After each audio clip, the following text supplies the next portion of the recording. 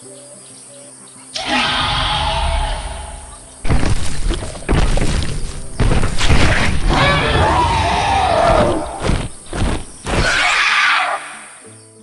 everybody, the Great Dino Ranger here again, back with another review. Today we're going to be taking a look at the very last item from Christmas, and that is the Jurassic World Dominion Dreadnoughtus. This thing is absolutely huge. I've seen other reviews on it, and I just can't wait to see how big it is in person. I'm super excited to have another giant sauropod. Dreadnoughtus is a favorite sauropod of mine, so I'm super happy to see it in a Jurassic Park movie and also have a toy of it, so I'm super excited. Taking a look at the box here we have a cool render of a couple of Dreadnoughtuses in Biosin Sanctuary. You can definitely see a couple of the logos there and a couple of the size measurements here and there. And here's the other side of the box that kind of has a shortened neck length for the other Dreadnoughtus renders, but not as good as the front image that we saw before, but it's pretty much the same stuff that we saw on the other side.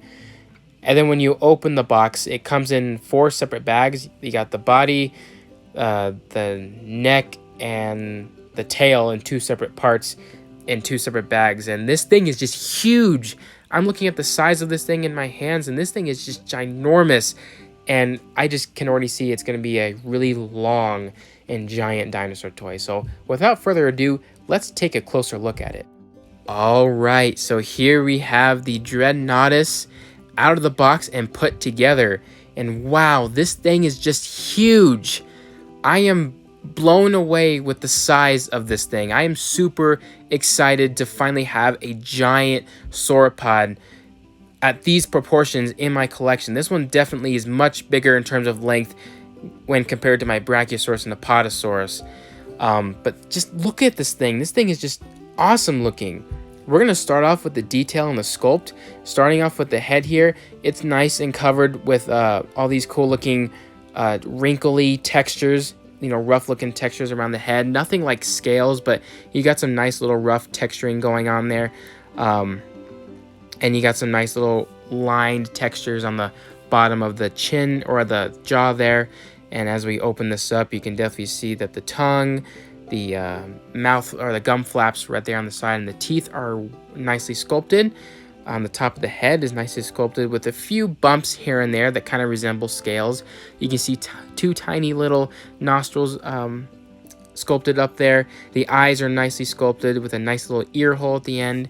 And then moving on to the neck, you just got like all these nice lined textures. Kind of reminds me of the skin of an elephant.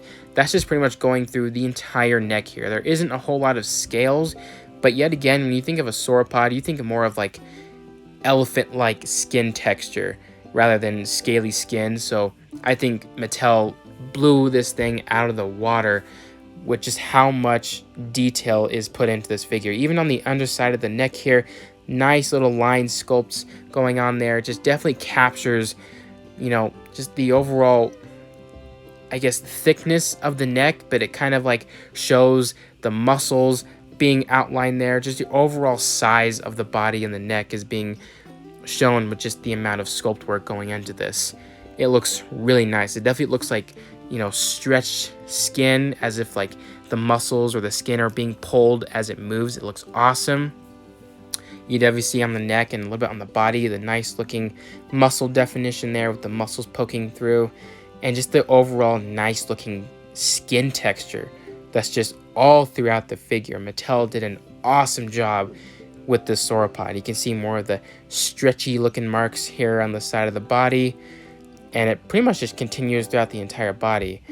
But it looks really nice. Moving on to the arm right here, the forearm, very thick and muscular, just like how it was in the movie. Sauropods are very hefty animals, and you can just see the amount of awesome looking skin texture and muscle definition within the limbs of this animal. They're just really thick and muscular. You can just definitely feel how heavy this thing was as it walks, and in other words, you can just definitely see how this thing would just move. It's kind of hard to explain, but it's so cool how all this detail kind of reflects all this stuff when you're looking at it. Just looks really nice. And here at the chest area, you got some more nice texturing going on there. The legs even had a lot of cool bumpy looking textures going on there, so it looks really, really, really cool. And you can just see how this skin texture just continues all the way down to the tip of the tail, with some slight little bumps appearing here and there. So the quality of the detail and the sculpt of this figure is just mind-blowing, and it's super cool. You can definitely see here on the tail just the nice little fine lined looking skin texture, and as I go through the entire tail, you can just see how it's just beautifully sculpted all the way through, with some little bit of like muscles peeking out there here and there. Just looks amazing, and just the size of this animal is probably one of the best parts of this figure, because I have to get like a whole wide shot when reviewing this figure just to get the whole thing in frame, because I can't review it on that tiny little table like I usually do. So yeah, this thing is just huge. And as we take a look at the underside, you can just see more of that nice looking lined texture on the underside of the animal here, the underbelly. And even the feet are nicely sculpted. They remind me of elephant feet with the way the nails are portrayed, and just the overall texture and the foot, really elephant-like. I know it wasn't like that in real life, but this is Jurassic Park, and I think it looks awesome. It definitely captures the Dreadnoughtus very well from Dominion, and I'm very pleased with it. Here is the tiny little scan code on this giant figure here. So here's that in case any of you guys want it. Yeah, I'm just very pleased with this figure. This thing is just, I don't even know where to even go sometimes, because I just can't stop just admiring how cool this animal is. The colors are very nice as well. You know, we got the nice looking blue colors going on there, and the nice looking stripes on the back. And you can definitely see here just the overall length of this animal is just huge. It's super long, and I find it really hard to, you know, find places to display this, you know, for my collection and anyone else's collection. And that just means that Mattel's really good at just kind of showing how, you know, like, I guess, accurately scaled with all these other dinosaurs are. And the color, like I said, is very nice. I love this looking striped pattern on the back. It looks really, really, really cool. I think it works perfect for a giant sauropod. And as I'm going down here, you can just see how cool it just looks. You know, the patterning on the tail. And I'm not even complaining if it doesn't even continue all the way down in the tail. This thing is just, I'm forgetting about anything I dislike about this figure. In terms of articulation, here the jaw can open and close, much like the other sauropods. You got a little swivel right here at the neck, though I don't use it very much since, you know, it kind of breaks up the sculpt. Then you got a hinge right here at the neck that can make it turn left and right. So that's kind of what the Apatosaurus had. And then you got a little hinge right here, which is super stiff. You got to be very careful when you're moving it. I'm even struggling myself when I'm trying to move it in person, but it can go up and down. So that's kind of like what the Brachiosaurus had. So basically this Dreadnoughtus has combinations of articulation from both sauropods. And then both arms and both legs can move forwards and backwards. Not too much, but you know, you don't really need to do any dramatic poses with these sauropods. And then the tail can move back and forth. And then the tip of the tail can also swivel, but again, I don't use that very much since it breaks up the sculpt pretty much. And in terms of scaling, here is the Dreadnoughtus compared with Robert Muldoon, the Hammond Collection version, and this thing is just huge. Oh my gosh, I love how Mattel puts these dinosaurs in a very accurate scale to match the movies and real life.